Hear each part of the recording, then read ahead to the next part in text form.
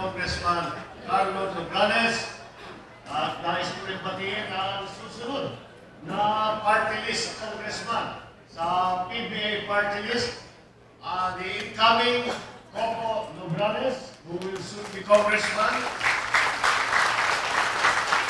Ang aming kasama, Congressman Anton Nagdameo, Davao del Norte. Siyempre, ang ating susunod na senador, Congressman Martin Romualdez. Nais ko rin batiin ang representative ng Mayor's Office, the City Administrator, Attorney Benson Kitay. Lahat na nandito, ating mga local officials, municipal and barangay officials, my fellow workers in government, at lahat ng mga naging delegado, magandang umaga sa inyong lahat. Bago ang lahat ay magpapasalamat ako sa inyo at magpapasalamat ako, idadagdag ko ang ating pasasalamat sa pasalamat na ginawa ni Congressman Martin, Senator to be, sa pamilyang Nograles para sa kanilang tulong, hindi lamang dito sa ating pagtitipon-tipon dito, kung hindi sa kabuuan ng aming kandidatura dito sa Pilipinas sa Davao, at saan lahat sa Senate umiikot. I would like to make a special thanks to Speaker Boynogi as we have come to him, and the brothers Carlo and Coco Nograles for all their encouragement, all their support, and all their advice that they have given. And I feel that it has been invaluable to the candidacy and the upcoming campaign that we will be beginning in February. Thank you all very much. Magpapasalamat din ako sa inyo lahat. At unang-una, aaminin ko, hindi ko akalain na ganito kadami, ganito kainit ang magiging senador.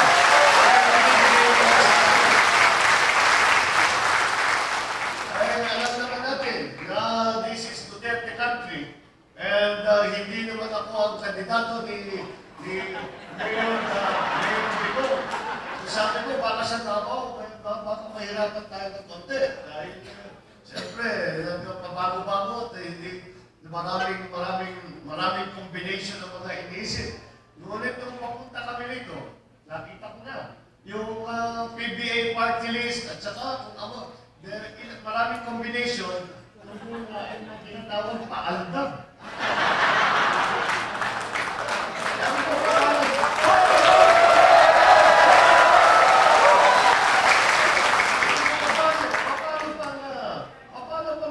Paano tayo nakasama dyan sa album na yun?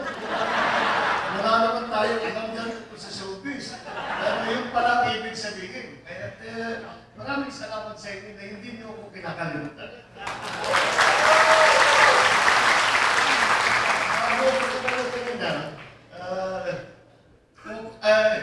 Coco and I were talking about na pinapaalala niya sa akin at sinasabi nga niya na maraming tao na hindi na naaalala na pwede namin sabihin, mga Marcos, nagaling din kami sa Davao.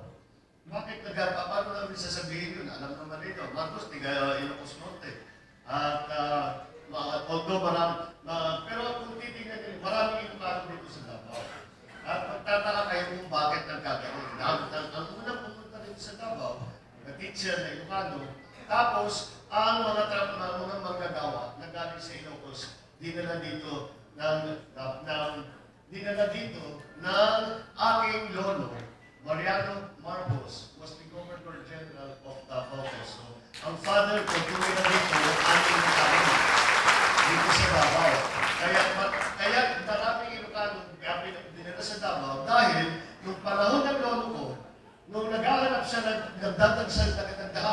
ng magtatrabaho dito, nag-aanap siya ng mga tauhan, natutulungan siya, in-import niya galing sa Ilocos Norte, bilang na dito, kaya may marami kang makikita mga community in Davao that are Ilocano communities, and there are many place names na kahit mga ibang lugar, ang salita ay ang pangalan ay Ilocano rin. Ay meron pa rin tayo ng barangay Paway, may barangay lahat ng bayan sa Ilocos Norte, meron tayo dito. Kaya lalo na, pagka sasalubungin ninyo ko ng ganyan, eh di siyempre tayo feeling at home. Kaya maraming salamat. Very normal. Ako ay sa katayan ng nabanggit ni Congressman Carlo na ako ay sa local government. Dahil ako'y naging governor ng 9 na taon sa Ilocos Norte, ako'y umupo bilang senador at binibigay na ang mga chairmanship ng mga committee. Hiningi ko agad, hingi na ko, sabi ko, pwede ba ilagay ninyo ako sa local government? Dahil dyan talaga kung galing. At sa aking nakikita, even in the House of Representatives, lalo pa sa Senado, kailangan magkaroon ng boses ng local government. Kaya ibinigay naman sa akin. Kaya mula noong 2010, ako na ang chairman ng the Committee on Local Government. At bilang chairman ng Committee on Local Government, ako ay tuloy-tuloy, hindi natigil ang aking pag-iikot. Dahil kailangan natin makausap ang ating mga chief executives, mga local chief executives. Kailangan natin malaman kung ano ba ang mga pangangailangan sa mga local communities. Kailangan din makita kung ano ba ang mga pagkukunan ng pamahalaan sa pagbigay ng servisyo sa taong bayan. At dito sa pag-iikot nito, marami tayong naririnig. Sinatanong, ano bang problema ninyo dito? Ano bang pangangailangan ninyo dito? Ano bang magagawa na pagtulong sa taong bayan ng ating pamahalaan? At naririnig natin yung mga dating hinahin ng ating mga kababayan. Yung walang trabaho, marami sana mahirap, kulang ang eskwelahan, mataas ang presyo ng bilihin, at meron isang nakakatakot at nakakanayanig ako nung unang narinig ay ang pinakamalaking issue ngayon sa taong bayan ay yung pagkalat ng illegal na droga.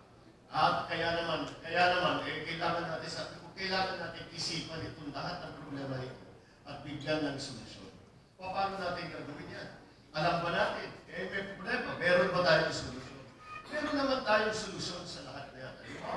Sa illegal na droga, tinitignan ko sa Amerika na ang laki ng problema nila tungkol dyan. At ang ginagastos ng Amerika ay hindi milyon-milyon na dolyar. Hindi bilyon-bilyon na dolyar, kung hindi trilyon-trilyon na dolyar. Ngunit kahit saan ang ginagawa nila, ganun pa rin. Panala pa rin ng pasama ang problema. Kaya tiniisip ko, hindi lang siguro ito na problema dapat na isipin ay problema lamang ng pulis, problema lamang ng mga kabataan. Kailangan natin isipin ito ay problema ng buong lipunan. So gawa natin, palagay ko, ang magiging solusyon dyan ay manggagaling hindi lamang sa pulis, hindi lang sa ahensya ng gobyerno, kung hindi dapat kailangan natin ang isama dyan sa paglulutas ng problema yan sa mga magulang, pati yung simbahan, ang mga guro, ang mga pulis, ang mga agencies in government. At lahat yan ay dapat natin ipagsama-sama. Dahil napaka-importante nito, dahil ang binibiktima ng droga ay mga kabataan. At alam naman natin na sinasabi lagi natin na ang kabataan ay pag-asa ng bayan. Kung ganyan ang mangyayari at binawasak ng mga drug lord, ang buhay ng mga kabataan ay binawasak din nila ang kinabukasan ng bansa. Kaya kailangan natin gawan, huwag natin pababayaan na ito ay tuloy-tuloy na maging mas masama. Kaya siguro panahon na isipin na natin na tama naman ang ginagawa ng mga pulis, yung mga bypass operation, yung mga hinuhuli. Ngunit siguro dahil kailangan na, alam naman natin, kilala naman natin kung sino yung mga yan. Dapat pagka nakilala na natin, dapat imbestigahan yung mga drug lord, kasuhan at ikulong. Siguro, ang halimbawa na binibigay ng Davao City ay isa sa dapat natin pag-aralan at dapat pag-agayan at pag-agayan ng Pilipinas. Halimbawa, sa problema ng presyo, ang gagawin dyan, kailangan ng presyo ng bilihin, kailangan natin ayusin ang agrikultura, kailangan magkaroon ng programa ng gobyerno na bumibili na pagka panahon ng ani ay binibili ang mga produkto at kapag tag-araw at mataas ang presyo, bibitawan nila yung mga produkto binibenta sa taong bayan na hindi kumikita. Parang yung, baka maalala ninyo, yung dating na meron tayo, yung tinatawag na Kadiwa Store. Yun ay dapat balikan para naman ang taong bayan nakakabili para bumili sila sa magsasaka. Sa kakulangan ng trabaho, ano magiging solusyon? May solusyon yan. Sa pagkukulang ng trabaho, ang pagkukulang ng ating pamahalaan ay sa pag-develop ng infrastruktura. Dapat, kailangan para magkaroon ng trabaho, kailangan natin palakihin ang ekonomiya. At the only way to do that is to invest in public infrastructure. Para sa ganon, ay mas magiging masigla ang economic activity. Lalaki ang ekonomiya at magkakaroon ng trabaho. Pati yung self-sufficiency sa bigas. Lahat ito, lahat ng mga problema na natin naririnig. Meron din tayong alam na sagot. Meron din tayong alam kung paano gagawin. Ngunit, nagtataka ako at lagi kong iniisip, sinasabi ko kung alam pala natin ang mga solusyon dyan. At kung titignan naman natin ang Pilipino, ang galing-galing ng Pilipino ay kinikilala hindi lamang dito sa Pilipinas, kung hindi sa iba't ibang bansa, sa buong mundo. Pagka yung employer ay mamimili ng kanilang kukunin at may isang Pilipino at yung isa ay hindi Pilipino, kadalasan kukunin yung Pilipino. Dahil ang mga Pilipino ay masyadong masipag, mahuhusay, magagaling, mababait, hindi sila magnanakaw, hindi tayo magnanakaw. So, lahat ng katangian na kailangan para maging matagumpay ang ating lipunan ay nasa Pilipino na. Ngayon, bakit? Sa galing ng Pilipino, sa dami ng solusyon, bakit nandito pa rin tayo? Bakit naghihirap pa rin ang Pilipinas? Bakit na hanggang ngayon, na ilang taon na, ganyan pa rin ang naririnig nating reklamo, ang hinihingi at inaasahan ng ating bayan sa gobyerno. At ako'y pinag-aaralan nito ng mabuti, pinag-iisipan natin ng mabuti. At sa aking pag-iisip, pag-aaral, pag-uugnay at pag-discuss sa ating mga kaibigan, ay parang lumalabas, ay ganito. Kaya tayo hindi nakakabuo ng magandang plano para tulungan ng taong bayan ay dahil sa nakaraang ilang administrasyon, nakikita natin ng ating mga leader, imbis na pinagsasama-sama, imbis na pinagkakaisa ang sambayan ng Pilipino, tayo ay pinag-aaway-away, tayo ay pinaghihiwa-hiwalay, pinagpapatak-patak ang lipunan. At ginagawa ito alam lamang sa politika. At ang politika, importante yan. Siyempre, dahil yan ang papaparaan kung paano tayo mamili ng ating mga leader. Ngunit, sa aking palagay, kapag tapos na ang proklamasyon, kapag alam na natin kung sino mga nanalo sa ating halalan, ay dapat isang tabi na natin ang politika at isipin na natin ang kapakanan ng bawat mamamayan. Mahirap ang pinaghahati-hati sa iba't ibang grupo ang kapwa Pilipino. Dahil kahit tapat ang bawat grupo na tumulong, na magtrabaho, na maghanap ng solusyon para sa mga problema, ay ang magagawa lamang ng isang grupo ay kaunti-lang. Ngunit kapag ipinagsama-sama lahat ng mga grupong yan, lahat ng mga Pilipino, at sabay-sabay, kapit-bisig na nagtatrabaho para tulungan ang taong bayan, ay mararamdaman natin ang progresibong Pilipinas ulit. Kaya sa aking pag-iikot, ito ang naging advokasya ko. Ito ang naging panindigan ko na kailangan natin umpisahan na ibalik sa pag-isip, hindi lamang sa taong bayan, kung hindi sa ating mga leader, na walang magmamahal sa Pilipino kung hindi ang Pilipino rin. Walang tutulong sa Pilipinas kung hindi tayo rin mga Pilipino. Kaya hindi maganda na napupunta tayo dito sa ganitong klase na paghihiwa-hiwalay na ginanong grupo. Sinasabi dito kami, kayo diyan, hindi tayo magkasama. Hindi totoo yan. Dapat kahit saan tayo nanggaling, tayo Ilocano, Bicolano, Bisaya, Waray, Tagalog, kung saan man na tayo nanggaling, huwag natin kinakalimutan na tayo ay Pilipino. At kailangan natin mapalitan ang pag-iisip na tayo dito sa Pilipinas ay meron tayong isang bansa, isang diwa at isang gawa. Yan sa palagay ko, mga kailangan na hinaharap ng ating lipunan ngayon. At ito ang sinasabi kong dapat natin simulan ang isang kilusan para magbalik ulit ang pag-iisip na tayo Pilipino, tayo ay dapat na magkaisa. Dahil yan lamang ang tanging paraan kung paano natin masasabi mararamdaman muli ng sambayanan ang progresibong Pilipinas. Pagpapago sa Pilipinas, pagpaganda sa ating lipunan. Yan lamang sa aking tingin. Kaya sa palagay ko, simulan na natin. Simulan na natin ang kilusan ng pagkakaisa ng Pilipinas. Ito'y nagkakaiba na kilusan. Hindi pangkaraniwan na kilusan. Ito'y kilusan upang palitan ang pag-iisip ng taong bayan, ng mga leader, ng buong Pilipinas.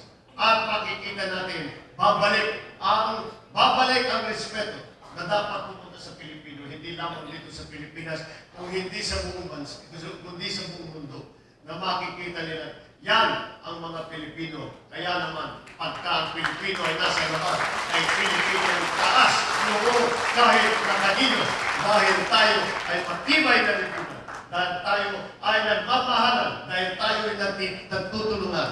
Yan ang aking pangarap. Yan ang aking pangarap. Na mabalik ang pagkakaisa ng Pilipinas na sabay-sabay tumutulong para sa kapakanan ng bawat isang mamamayang Pilipino. At nakikita naman natin, tinatanggap itong mensahe na ito. Maganda ang pagtanggap dito dahil nauunawaan ng ating mga kababayan, nauunawaan ng bawat mamamayang Pilipino na ito ang pangangailangan.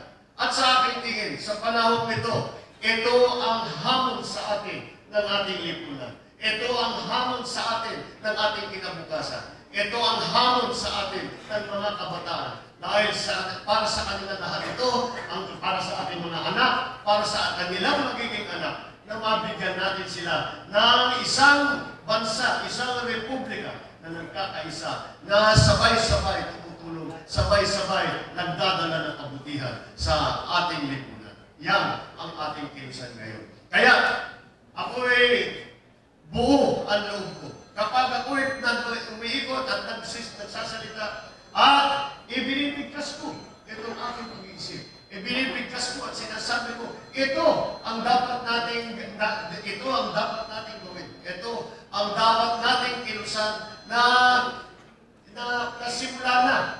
At kaya damagol ko dahil nakikita ko na alam ng tao na ito ay tama. At nakita ko ngayong araw na ito, nakita ko ulit, dahil sa suporta ninyo, dahil sa tulong ninyo, simulan na natin yung ating lipunan ay pagkaisa ulit. Simulan na natin itong kilusan, ipagsama-sama na mga Pilipino. Ipagsimulan na natin sa suporta ninyo, sa tulong ninyo, sagutin natin itong hamon ng ating bansa sa atin. Huwag mabigo ang inaasahan ng taong bayan. Yan ang ating dapat gawin. Ang darating na halalan ay ang unang hakbang pa lamang. Pagka tayo ay naging matagumpay at maluklok sa mga matataas na posisyon, mula dyan magsisimula ang ating gagawin na trabaho para ang ating bansa ay magkagisabay.